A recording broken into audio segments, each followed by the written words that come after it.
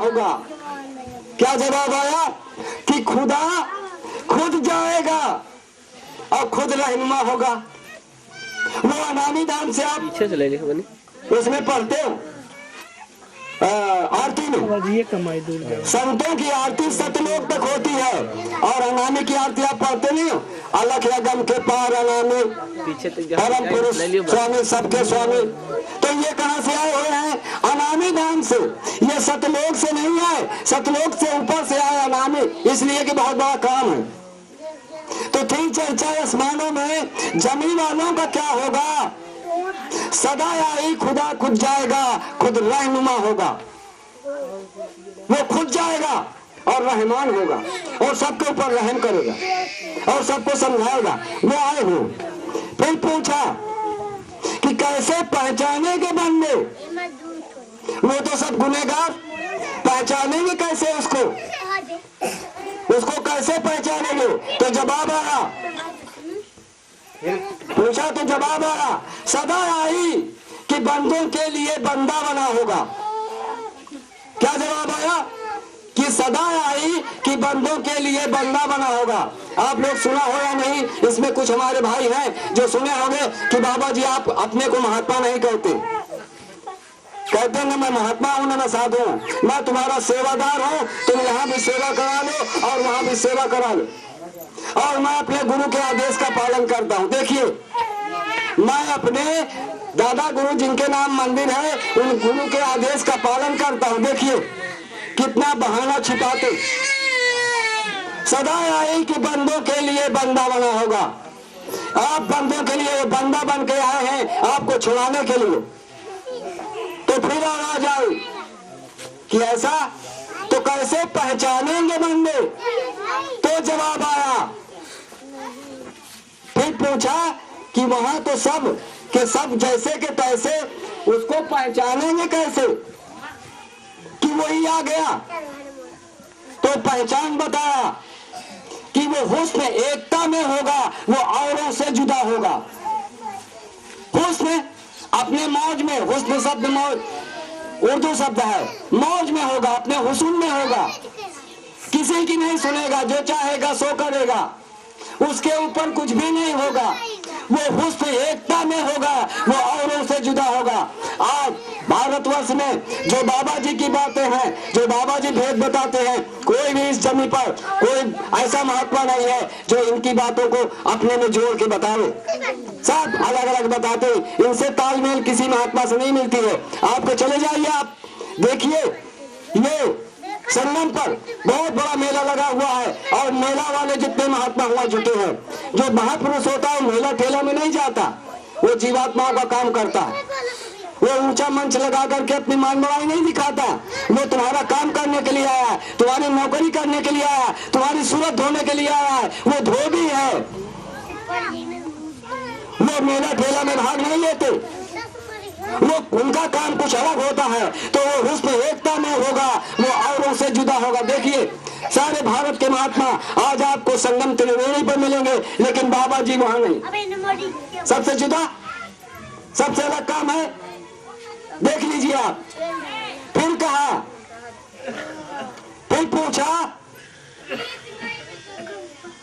कि कैसे बुलाएंगे वो तो सब गुनहगार होंगे, वो कैसे बुलाएंगे, कैसे लोग उनके पास आएंगे? तो फिर बताया,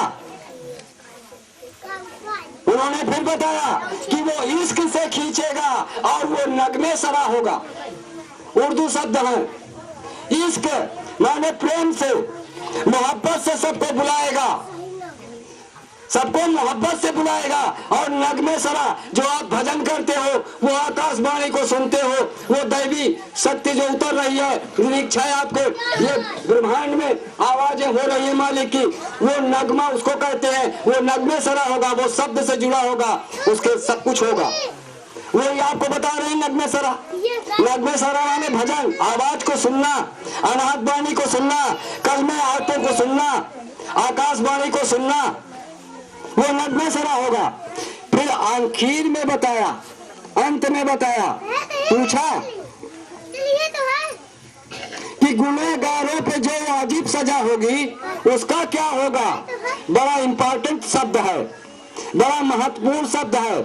उन्होंने पूछा कि आखिर सब गुनहगार होंगे, सब पापामय होंगे, तो ये वाजिब सजा जिनको जिनको मिलनी है काल के देश में उनको क्या होगा। गुनहगारों पे जो वाजिब सजा होगी उसका क्या होगा, ये पूछा जाता है। तो किसी ने बताया कि अगर वो बख्श दे रहमत से, कहा कि अगर वो बख्श दे, बख्श माने माफ कर दे अपनी दया से, अपनी रहमत से, तो वो खुद रहनुमा होगा।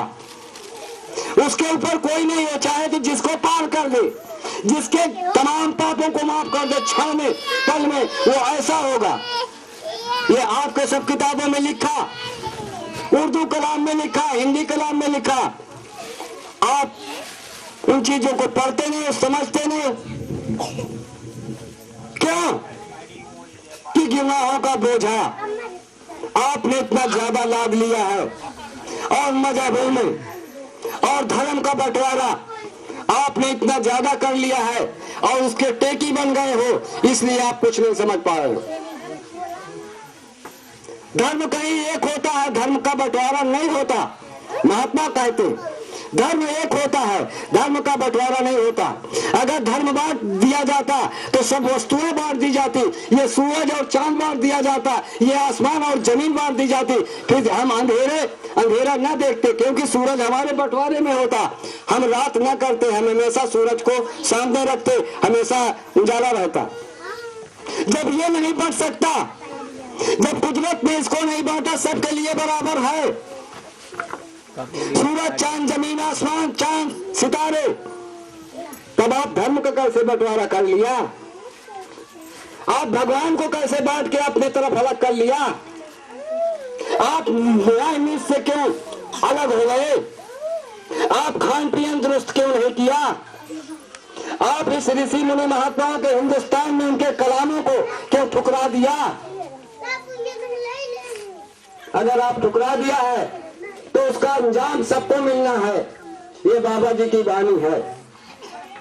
अगर शाम का भूला हुआ, सुबह का भूला हुआ शाम तक वापस आ जाता है तो उसको कहते हैं भूला नहीं कहा जाता। बाबा जी कहते हैं अब भी मौका है, अब भी समय है, और सब लोग मेरी बातों को मान करके और भजन के रास्ते पे आ जाओ, ईमानदारी और सच्चाई को वापस लाओ, बड़े और छोटों का सत्कार और प्यार दे दो, एक दूसरे से कंधा मिला के चल लो, लड़ाई झगड़ा तूफान ये सब बंद करो, ये सारे जितने भ्रष्टाचार काम है ये सब बंद कर दो, वरना बच्चा तुम बचने वाले नहीं हो। कुदरत नाराज है और तुमको मार देगी, उसको बचाने वाला कोई नहीं होगा। मैं तुमको रास्ता बताता हूँ, अगर तुम मेरी बात को मान करके इस रोड पर खड़े हो जाओगे तो तुम्हारी रक्षा हो जाएगी, वरना रोड से अलग हो जाओगे तो तुम्हारी कोई रक्षा होने वाली नहीं। बाबा जी साफ साफ कहते हैं सबके लिए,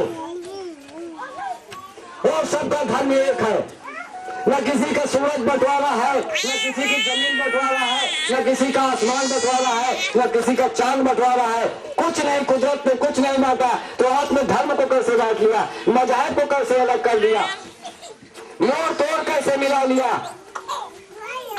जैसे संसार की वस्तुओं को मोड़ तोड़ करते हो, वैसे धर्म को भी आपने मोड़ तोड़ बना दिया। ये तो बात महात्माओं के समझ में नहीं आती और महात्मा इसको नकारते हैं कि ये बिल्कुल गलत है, गलत है, गलत है। अगर ये रास्ता पर आप चलते रहे तो आपका बख्शाइश नहीं होगी, माफी नहीं होगी, आप गलत काम कर रहे हो, ये सब गलत बात है। और आपको इतनी ख्वाहिश संसार की है, जैसे कि कहा गया, महात्माओं ने कहा है कि दिल एक तमन्ना लाखों, उसमें है ज्यादा हबिस, दिल है एक। आपको कितनी बड़ी तमन्ना दुनिया की है, कहा किसका मिल रहा है भाई। दिल है एक तमन्ना लाखों, जिस पे है ज्यादा हबिस, फिर ठिकाना है कहाँ उसको बिठाने के लिए। तमन्ना तो तुम दुनिया की रखे हो और कुदरत को आवाज लगा रहे हो, कैसे आएगा। बुराइयों को भर के रखा है, वो आपके दिल दिमाग में कैसे बैठेगा। अरे बुराइयों को निकाल दो, अपना घर गृहस्थी काम धाम खेती बाड़ी बाल बच्चे मत छोड़ो, केवल बुराइयों को छोड़ दो। लेकिन आप कहते हो कुछ और करते हो कुछ, बनते हो बहुत बड़े बड़े धर्मात्मा, लेकिन काम होता है ऐसे पापाचार का कि लोग देख करके घेरा करते। तो बाबा जी तो मना करते कि जब तक तुम सच्चाई ईमानदारी अपने अंदर नहीं लाओगे तब तक तुम्हारा कल्याण यहाँ होने वाला नहीं है, नहीं है, नहीं। तो बाबा जी की एक एक बात आपको मानना है। और कलयुग में कलयुग जाएगा, कलयुग में सतयुग आएगा। ये भारत भूमि है, ये ऋषि मुनि महात्माओं का देश है, ये बड़ी बड़ी शक्तियों अवतार लिया है। ये भारत भूमि सर्वश्रेष्ठ धर्म भूमि है। पूरे विश्व में जो भी काम हुआ है, हमेशा इतिहास उठा के देखो, जब भी धर्म की किरण फैली है इस भारत भूमि से फैली है और फिर फैलने जा रही है। और कोई देश ऐसा नहीं है, कोई संसार ऐसा नहीं है। यही एक सेंटर है, धर्म का सेंटर भारतवर्ष है। इसलिए आपको सोचना और समझना है। और जो हम सवाल में महात्माओं के सानिध्य में जा चुके हैं उनसे निवेदन और प्रार्थना टाट वालों का है कि आप होश में रह करके और सच्चाई का पालन करें, वरना खिलवाड़ मत करो, नहीं तो धोखा खा जाओगे। सच्चाई का आपने पालन नहीं किया तो दुनिया को आप चकमा दे सकते हो, लेकिन बाबा जी को चकमा देकर नहीं निकल सकते। किसी भी प्रकार का अनर्थ काम अपने तरफ से किसी का हित ना हो, ये बाबा जी का कहना है। आप किसी को बन सके तो भला कर दो, लेकिन किसी के साथ बुरा मत करो, ये बाबा जी का कहना। अगर आपने बाबा जी की बातों को ठुकराया और नामदानी बने रहे और भक्ति करते रहे और भजन करते रहे और ये भी करते रहे, यानी जहर और विष दोनों मिलाते रहे, तो वो विष एक दिन तुम्हारे ऊपर चढ़ जाएगा। बाबा जी कुछ नहीं कर पाएंगे। क्यों? कि आपने वचन का उल्लंघन कर रहे हैं। बस ठीक है। तो देखो, ये शहीदों का मार्ग है, ये सच्चाई का मार्ग है।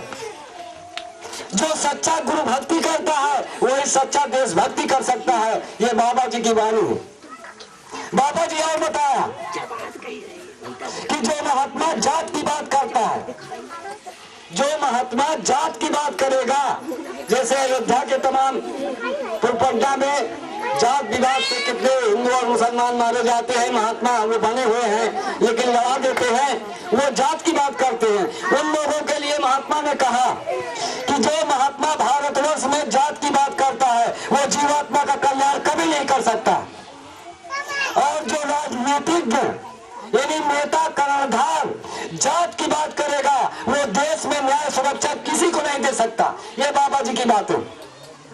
हम लोग राजनीति भी जानते हैं और धर्मनीति भी जानते हैं, लेकिन क्या करें, अभी निबंध है चुप, इसलिए कि यह देश नहीं है, वो कहते चुप रहो, चुप रहो। जैसा कि द्वापर में हुआ था, जब जुआ से द्रौपदी को जीत लिया गया तब उनको नंगी करने के लिए सभा में लाया गया और जब चील खींचे जाने लगे तो अर्जुन भीम अपना गांडी और गदा लेकर के तंतरा के खड़े हो जाते थे कि हमारे सामने एक अबला की इज्जत लूटी जा रही है, नंगी की जा रही है, हम कैसे बर्दाश्त करेंगे, हम इनको दुष्टों को मारेंगे। तो युधिष्ठिर जो है वो समझा दिया करता था कि ये अर्जुन, ये भीम, अभी वक्त नहीं, वक्त का इंतजार सबने किया, वक्त भगवान से भी बड़ा होता है, वक्त के आगे भगवान भी चुप हो जाते हैं, इसलिए आप मुंह बंद रखिए, अभी वक्त नहीं है। जो दुर्योधन, जो कौरवों को दुष्टों को करना है करने दीजिए। वहां पर भीष्म पितामह, द्रोणाचार्य, बड़े बड़े योद्धा, कर्ण वगैरह सब बैठे हुए थे नीचे सर करके और द्रौपदी की चीर खींची जा रही थी और अर्जुन और भीमसेन बार बार तंत्रा के खड़े हो जाते थे उस दुशासन को मारने के लिए, लेकिन युधिष्ठिर उनको समझा दिया करते थे, समझ जाते थे। वैसे है, आप ये ना समझिए कि शहीदों का जन्म नहीं हो गया है, देश के कर्णधारों का जन्म नहीं हो गया है, देश में शिक्षा की प्राप्ति नहीं है, उनके पास पावर नहीं है। मैंने पहले बताया कि हनुमान हो जाए। हनुमान में वो बल नहीं था कि वो पर्वत को लेके उड़ जाए, लेकिन शक्ति भी गई थी उस राम की, तो शक्ति भी जाएगी अनामे की, तब देखिएगा क्या होगा। लेकिन वक्त का इंतजार बाबा जी कहते हैं आपको करना होगा। वक्त आएगा तो पल में सब हो जाएगा। इसलिए बाबा जी कहते हैं कि प्यारे बच्चों, तुम लोग ईमानदारी और सच्चाई का पालन करो, और मैं रास्ता तुम्हारे घर जाने का जो बताता हूँ, घंटा 2 घंटा भजन करो, और भजन नहीं करोगे तो तुम्हारा काम नहीं होगा। मेरे वचन को नहीं मानोगे तो खिलवाड़ से काम नहीं होगा। तुमको कुछ करना है, तुम्हारा न खेती छीनी जा रही है, न बाल बच्चे छीने जा रहे हैं, न तुम्हारा घर द्वार छीना जा रहा है, न दौलत जो तुमने आसमान इकट्ठा किया उसका बंटवारा किया जा रहा है, किसी को दिलाया जा रहा है, बल्कि आपको छीना कहा जा रहा है। जो आपने कुकर्म करके बुराइयों को इकट्ठा करके पाप पुण्य का पोटला बांध लिया सर पे, उसको उतारा जा रहा है, उसको रखाया जा रहा है कि इस मंदिर में रख दो, मेरे चरणों में रख दो, हल्के हो जाओ और तुम भजन कर लो। अगर आप बुराई नहीं दे सकते हो तो जाओ नरकों में 84 में। आपसे केवल बुराई मांगते हैं कि अपने बुराइयों को छोड़ दो और उसको मेरे चरणों में सौंप दो, मैं देख लूंगा। तो हमको विश्वास और प्रतीत करना है गुरु पर। जिनके हृदय गुरु नहीं प्रीति, जिनके हृदय गुरु नहीं प्रतीति, गुरु की प्रीति उनको काल कर्म का जीती। जिनके हृदय में उस परम पुरुष परमात्मा की भक्ति उतर चुकी हो, पूरा विश्वास और प्रतीत हो चुका हो, उसके आगे काल क्या करेगा। अरे ये काल की शरीर है नहीं करेगा। जब श्वासों की पूंजी खत्म हो जाएगी तो इसमें से निकाल देगा, लेकिन हम न गाड़े जाएंगे, न हम जलाए जाएंगे, न जल सकते हैं, न गाड़े में जमीन में गड़ सकते हैं, न कहीं जा सकते हैं, न कहीं बिगड़ सकते हैं। हम तो एक आत्मा है। ये 5 देवताओं के शरीर में हम कौन हैं वही तो ये बता रहे। ये 5 देवताओं का घर तुमको मिला हुआ है, इसमें आप बकरा खा करके उन देवताओं को अशुद्ध कर दिया, शराब पी करके देवताओं को नाराज कर दिया, बकरे भैंसा भेड़ा खा करके देवताओं को नाराज कर दिया। इसमें परमात्मा का अंश रहता है। ये 5 देवताओं की शरीर रची हुई है, जिसको तत्व में संत महात्मा समझाते हैं। आप देख लीजिए, अग्नि देवता का वास इसमें है। जब आपके ठंडी लग जाती है, अग्नि तत्व कम हो जाता है, तो ये होता है इंजेक्शन गरम लगवाओ ना तो ससाम निमोनिया हो गए। अग्नि है ना। फिर जल तत्व है, अगर आपको बहुत प्यास लगती है, पानी न मिला आप तड़फा जाते हो, इसमें जल है, जल से बनी है, अग्नि से बनी है। और ये हर मास जो है ये पृथ्वी का अंश है। ये हर मास पृथ्वी है। चित जल पावक गगन शरीरा, 5 तत्व से रची शरीरा। पृथ्वी का अंश, जल का अंश, अग्नि का अंश और पवन का, जिस पे आप खड़े हैं, हम जिस पे हम आप खड़े हैं, कहा है 5 तत्व का पुतला लगा